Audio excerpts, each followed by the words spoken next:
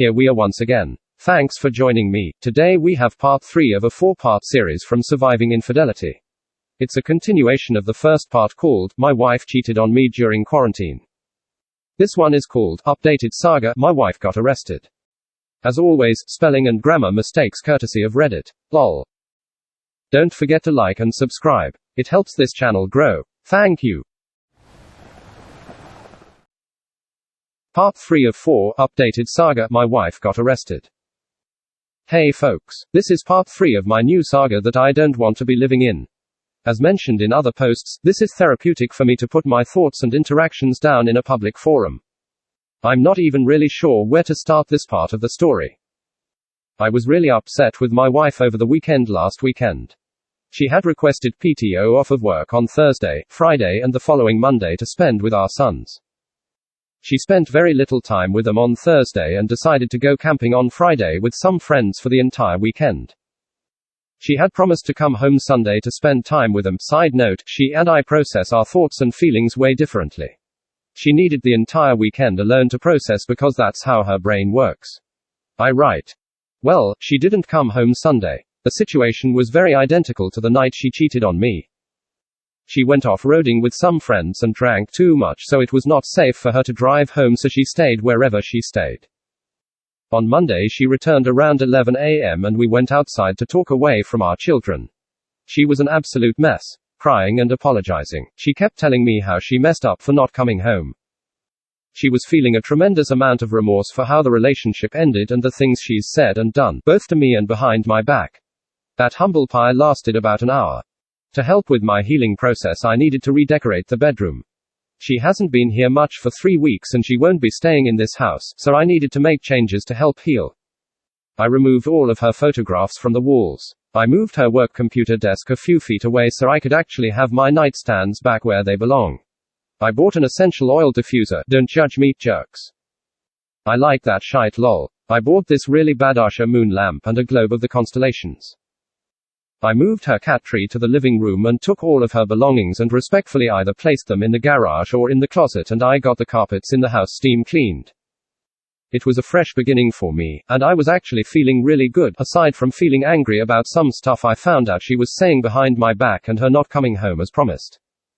It's been a consistent distancing show for her with our children for the last 4 months. She was upset that I asked her if she would go to stay with a mutual friend when she had to work from home. She said she needed her computer desk because of how complex her job is and working out of a laptop does not work. She was upset I moved her desk and thought I had ripped out all connections. I didn't, I just slid the desk over. She was upset with a conversation I had with my daughter after I found out about all the horrible things she said behind my back. I felt like shite bringing my daughter into it. No need to chastise me for it. I was angry and felt I needed to defend myself. I did my best to accommodate her because, as she noted, she does still live here, and I'm not wanting to rock the boat and make anything amicable actually harder on me. I just want her gone, and she was approved to move into an apartment in 1 week next Wednesday. She decided she wanted to treat me perfectly normal as if we were still happy and married. This made me feel extremely uncomfortable, especially since we hadn't talked about this, so I had a hard time reacting normally with her. She even asked me, so, do you plan on making anything for dinner, or do we have to fend for ourselves?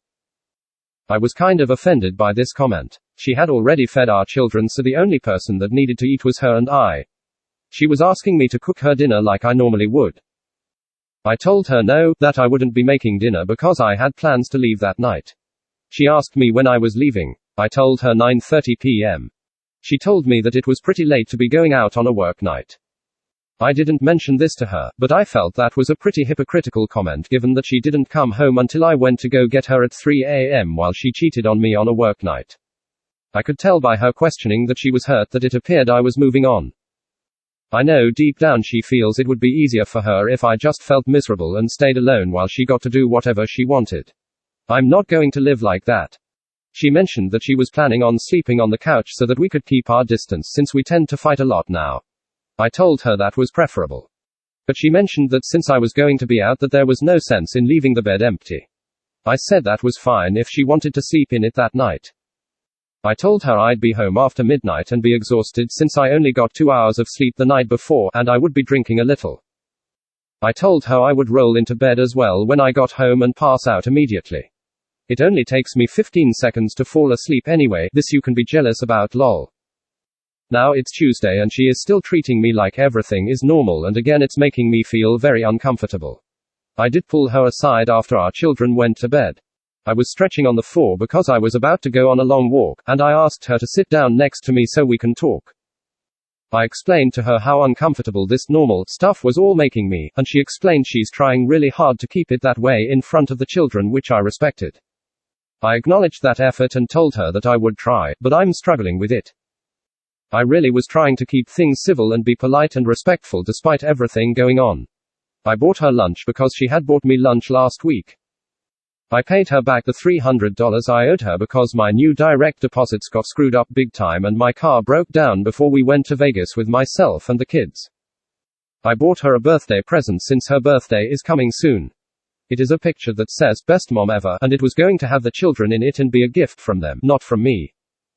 I even picked up stuff from the grocery store when she asked because it was for the children.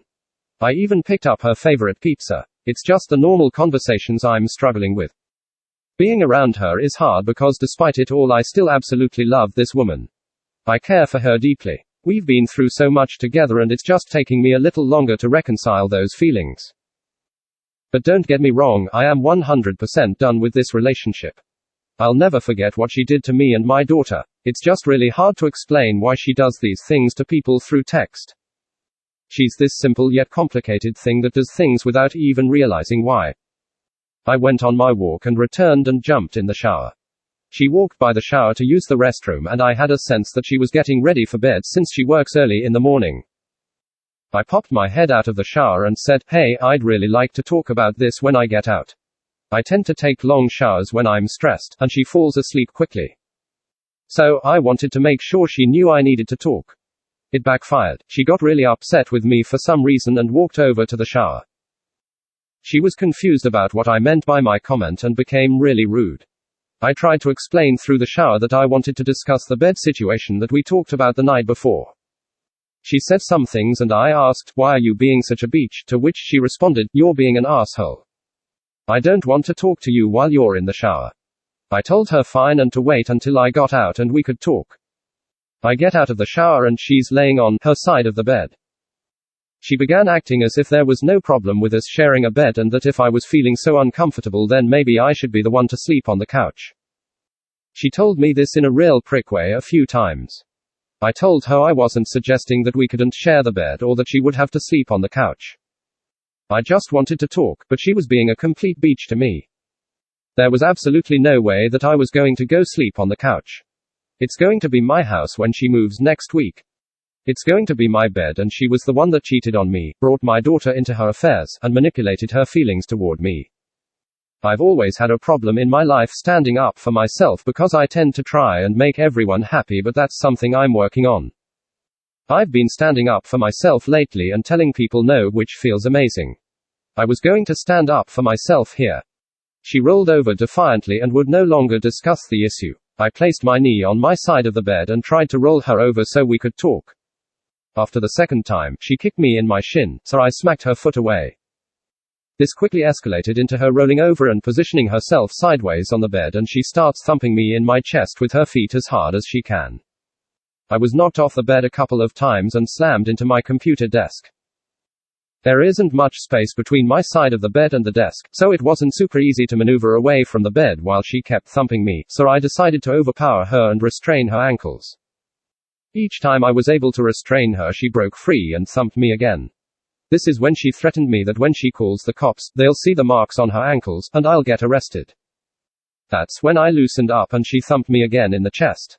I tried to restrain, but through the violent movements my hands landed by her private regions and she said I was violating her. I let go and started to walk toward the foot of the bed to get away from her, but had to restrain her ankles again before being struck. She was trying to kick me again, so I pulled her off to the foot of the bed, not completely off the bed. Her leg was a little bent backward, so I stopped pulling while she fixed it. I wasn't trying to hurt her at all. She got up in my face and started shouting again. And I don't know if I said something or if it was the adrenaline inside of her, but she open hand slapped me as hard as she could, then followed up with closed fist punch. I got back in her face and threatened her to do it again, but she backed down. This is when our son woke up and came into our room. She told me, "Look what you did. Now your son is seeing all of this," which pissed me off. I turned around to grab my son and escorted him to his room. And I grabbed my dad who was sleeping and asked him to watch the boys and keep them in the room because the cops were on their way as I heard her dial 911. The cops arrived and one cop asked me my story while two others went in and asked for hers. They assessed both of our stories and looked at the damage to my chest and face and the bruising on her ankles. They determined that my injuries were more severe and she was the aggressor. They asked me what I wanted them to do and I said she needs to be arrested. I'm not lying to y'all when I say that when I heard the handcuffs slapped on from the other room that my heart freaking sank. Yes, the cheating was horrible. The manipulation of my daughter was horrible. Physically abusing me this night, and all of the other nights she's done it, is and was horrible. But this is still my wife. I still love her. That's not just something that goes away because of the drama in our lives that we cause. I worked so freaking hard to fix our marriage, which meant I needed to be extremely vulnerable, and in the process of being vulnerable and learning more about myself, I started to feel more bonded with her. It's hard to explain why that is, but it's what I was feeling. It's like she has been calling out my issues for years, and I was finally starting to realize what my issues were, and I was getting better, so I was appreciative of that. I fought every urge to tell the cops to stop arresting her, but I couldn't. I'm tired of her walking all over me. I'm tired of her physically and emotionally and psychologically abusing me. So, she was arrested for felony domestic violence. Because of the severity of the situation, the bail was bumped from $5,000 to $50,000. I somehow fell asleep around 12:30 a.m. and I received a collect call at 1:17 a.m. from my wife, but it went to voicemail. I also received a call from the bondswoman and a text from her which I didn't see until the next morning. When I heard my wife say her name in the collect call, I could hear how freaking sad she was. Some of you reading this may think I'm weak, and that's okay. Maybe I am, but I don't think so. I'm well aware of who I am. But hearing her in that situation broke me. I called the jail, but for obvious reasons, they wouldn't let me talk to her. Plus, she was in isolation for COVID precautions. I spoke to the bondswoman and she told me that I needed to pay $5,000 if I wanted her out, otherwise, she would have to sit in jail for weeks. I don't have $5,000, nor would I pay that if I did, because of the new financial situation I'm finding myself in as a single man. I also couldn't let her stay in there for weeks. The negative impacts it would have on her would be disastrous.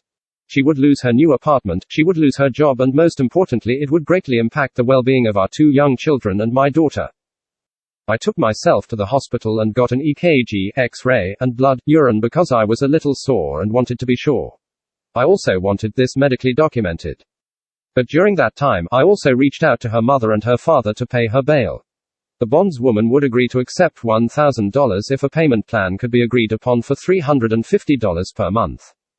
I called her mom twice, but she never answered. I texted her. "Hi, your daughter is in jail. She needs to be bailed out. If you want to discuss it further, let me know." Now, it was my full intention to not tell the children about all of this. But let me explain how incredibly stupid my soon-to-be ex-mother-in-law is. She's quite possibly the dumbest person I've ever met. She decided to text my daughter instead of calling me. "This is Grandma. Can you tell me what's going on? Apparently, your dad put Veronica in jail." I was freaking heated. I was so heated, but I needed to stay calm. At this point, for health reasons, because I didn't want to have my heart explode from the ungodly amount of stress. So, I texted her. "Thanks a lot for bringing my daughter into the situation. We were going to try to keep the kids away from this. And I did not put her in jail. She put herself there." She responded with, "And no, these are not my typos. No worries. Your daughter thinks your wife is in the hospital. If there's a next time, be more specific on why she's in jail. You can't just tell her mother that she's in jail. I've seen you guys' arguments. So, I'm sorry if I assumed the worst." Essentially, I told her I don't owe her anything and to frick off. And no, my daughter didn't think my wife was in the hospital. She knew I was. I also spoke to my father-in-law, who rallied the troops and got the $1,000 for my wife to be bailed out. The unfortunate part is a state law requires an in-state person to co-sign the bail for the additional $4,000. And that had to be me. Sidebar, it will be in the divorce decree that I will not be responsible for this debt. This is already agreed upon. So, I sat on my friend's couch for the rest of the day and evening with my phone glued to my hand waiting on my wife to call. I can't explain the feelings, but all I wanted to do was hold her and hug her. Again, I know it seems weak, but there's so much more to us and the story. But I won't be giving in on anything. We're getting divorced. We're keeping things amicable. I get a lot of the things I want, and she gets the things I don't want. The kids will have their mother and she can keep her job so she can move out. The relationship is done, obviously. It got to be around 10 p.m. and I didn't receive a call. So, I went to sleep. Since I haven't been sleeping well lately, I also haven't eaten well and I'm down 21 pounds. At about 11:30 p.m. the shower woke me up. She was home somehow and she jumped inside. When she got out, we talked. She sat on the bed next to me. I held her as she sobbed. The guilt inside her was strong. She kept repeating, "I don't know why I just didn't listen to you, and I'm so sorry." Holding her was therapeutic for me. It gave me a sense of closure. It helped me heal. I also kissed her. She resisted at first. She said, "It's not going to be what you want it to be." I told her I wasn't naive and that I know there's no passion from her anymore toward me. That she wants nothing to do with me. But I needed to get that last kiss out of my head that she gave me that was somewhat loving and passionate just before she cheated on me.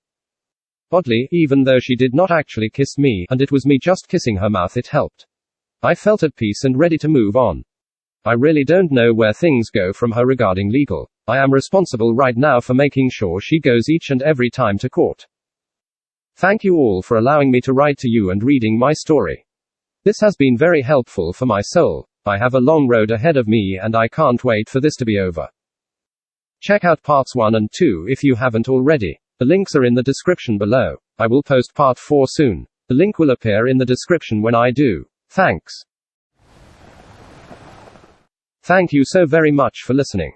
Please check out my other videos and like and subscribe.